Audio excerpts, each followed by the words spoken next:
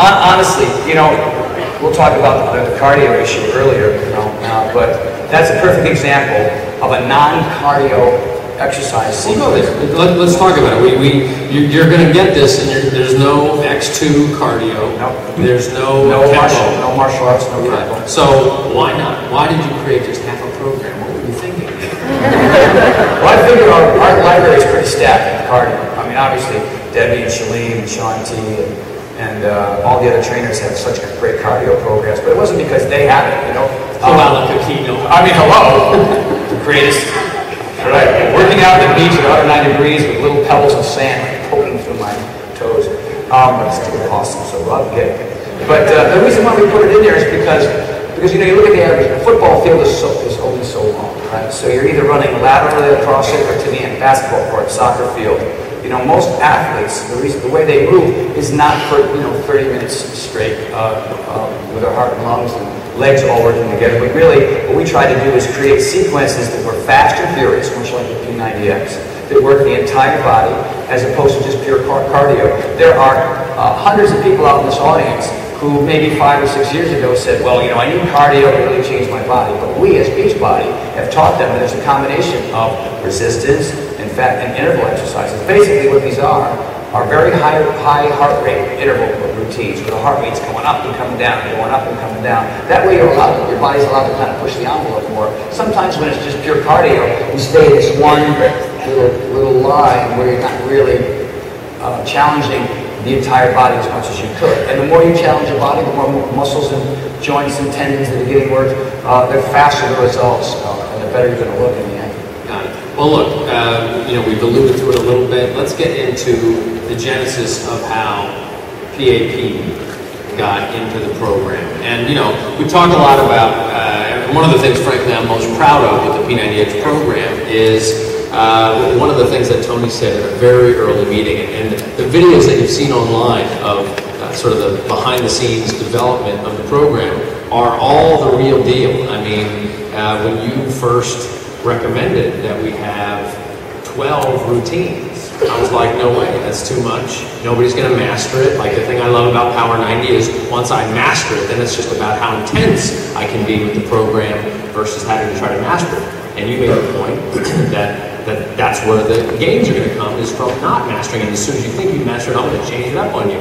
But the thing that really blew me away, and this is classic Horton, was you said, I'm not an expert in everything, but I know a lot of people who know a lot more than me, and I'm going to pull from the best, and I'm going to translate that in a way that people can really get into at home through DVDs. And I think that's really, you know, we got interviewed yesterday by a guy from Nightline, and he was asking, you know, what's the hook here? Why does this work? And I said, the reason P90X is so special, and frankly, most of our programs, the reason that we've raised the bar is the people who we have presenting them are so good at articulating fitness through this one-directional medium versus, you know, you got a trainer there counting your reps, move straighten your knee, move your ankles over this, and your elbow needs to go that way. And you've got nobody giving you feedback, so you need a real expert to deliver that information in a way that's just not deathly boring.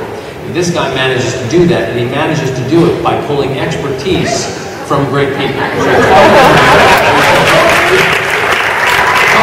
Go on about that. No problem. We're going to talk about your deal after this. So let's talk about how we came across PAP. Well, Marcus Elliot, who runs the P3 Center up in Santa Barbara, Peak Performance Project, I believe it was through Steve Edwards, and also John Compton, our president, had a relationship and connection with him. And John came to me and said, dude, you gotta meet this guy. It's incredible what he's doing. It's so state-of-the-art. It's so cutting edge. He's so far ahead of so many people. He's got the best professional and collegiate athletes coming to his facility from around the country and around the world. I think what they're doing is so unique. And let's talk to him and work with him and go up to his facility and chat with him. And so, you know, I said, wow, that sounds like, you know, I'll have to go to Santa Barbara, hang out a couple of days, and just work on some things that were brand new to me. I was fired up. And, you know, I go in there kind of cocky because I'm really good at doing push-ups and pull-ups. So. And then I get in there and I see some things and I think, oh, that looks hard. I can't do that. But, you know, you get right in there and, you know, you do your best and, right? And what I did.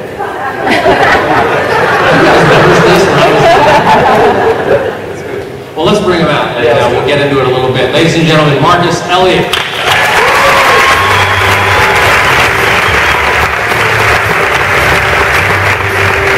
Our scientific advisory board here. Your scientific advisory board. Dig it, and which is unique because normally in our kind of company, the chairman of the scientific advisory board will be noted internal, doctor, somebody who. It's all going to be based around nutrition or supplementation. And we were like, we are a holistic company. So the perspective that we want on the scientific advisory board needs to also be holistic. And what's great about Marcus, what impressed me about his story, and I'll talk like you're not here for a second, is that here's a guy who said, I'm going to bring the state-of-the-art of thinking in medicine to fitness, and actually did the work while his peers in fitness were out there training people and getting jobs in the fitness industry.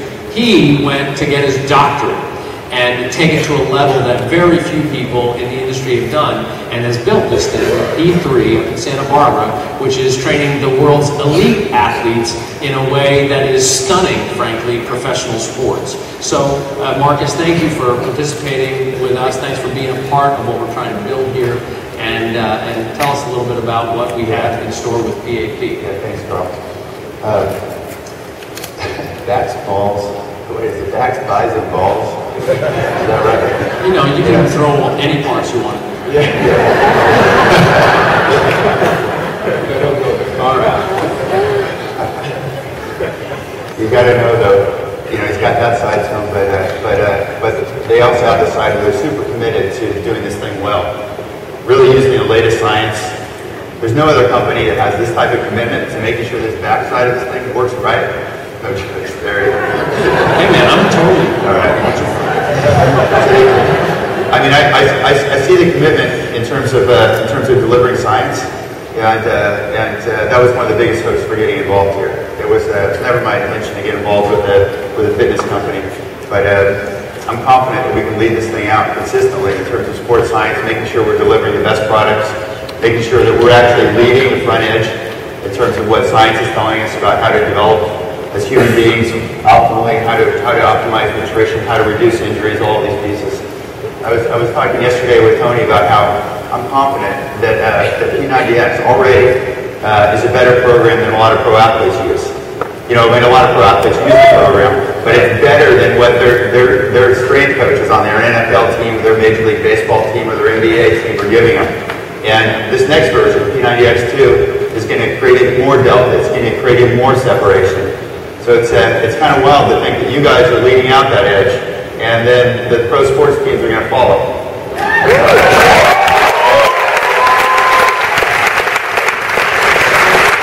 So let's get into PAP, what it stands for, and then I'm going to roll a little video so people can see the process of sort of Tony going through this, getting hammered by these things, and then how they made their way into the programs themselves. Yeah, so PAP stands for post-activation potentiation. And what it is this concept that if you combine a power movement with a strength movement, and the strength movement precedes the power movement, so you do a split squat.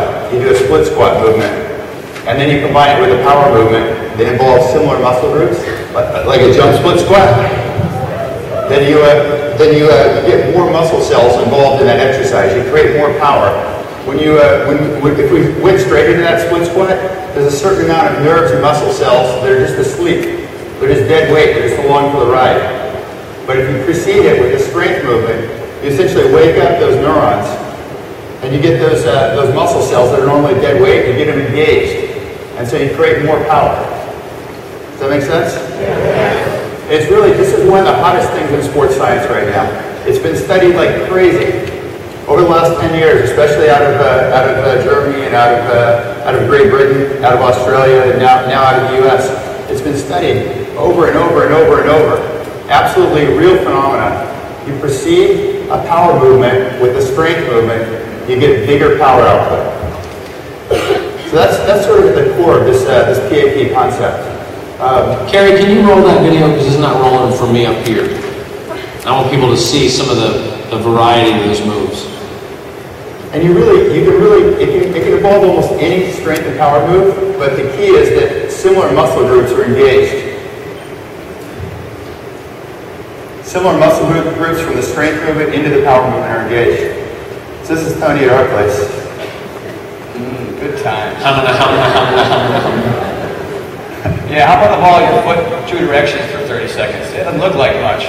Now, why does the PAP program, the PAP aspects of P90X2, why did we build it so late into the program versus weave it throughout the 3 phases? Well, I mean, it's intense training. I mean, it's really intense. It involves all these proprioceptive feedback mechanisms, lots of balance. I mean, your body has to be pretty engaged to be able to execute these movements. And so we want to build a base in strength, we build a base in key plyometrics, we work on ground contacts a lot. How your foot interacts with the ground is incredibly important. These are, I think these are, there's athletes around, there's some other P90X people around in this place. But essentially you need to build a foundation before you throw somebody into this PAP type training. And we do that even with our athletes. You know, if we're bringing a pro athlete, we're going to do some foundation work before you throw them into these PAP circuits. Now, an athlete, okay, you know, somebody who has gotten to a specific level of the sport, make it through the collegiate ranks, get, you know, be the best of the best. It shocks me. You would just expect that these guys would have this stuff dialed in. I mean, again, when I talked to Isabella and she would train with, she would train Maurice Green and these Olympic runners and stuff, and to find out the degree to which she had to train them to explode out of the blocks and stuff, just the smallest moves that they still hadn't mastered. Is that what they're coming to you for? And it's hard for me to believe that a DVD program could actually be that valuable to these guys at this level. You know, like I said a minute ago, we've had pro athletes in almost every sport show up at our place and tell us that they've been doing P90X. And once we started talking about getting involved and me taking over the scientific advisory board, and then after I committed to this, when I hear that, I start laughing a little bit. You know, they see me giggling, and usually the response is something like, "No, that's the real shit, man. That's definitely."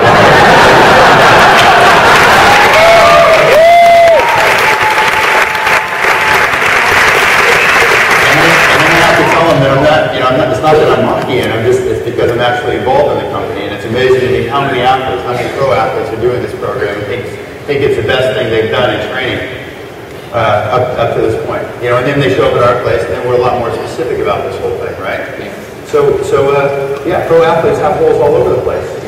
You know, but what do we find on you? What would you say the main thing we've done on you? Well, it was my explosive power on my right side, my right hip. Hip stability on the right side. Need a little bit more power out of that side. This looks familiar to anybody who showed up at my workout the other day? I mean, 30 seconds of this and you just want to shoot yourself. But as a result of the work that you and I have been doing, here at almost 53 years old, I just thought that was going to be, you know, weakness in me. I'd have to overcompensate on the side. I mean, I've had that weakness for 30 years. And now I don't, as a result of what we've done. Yeah.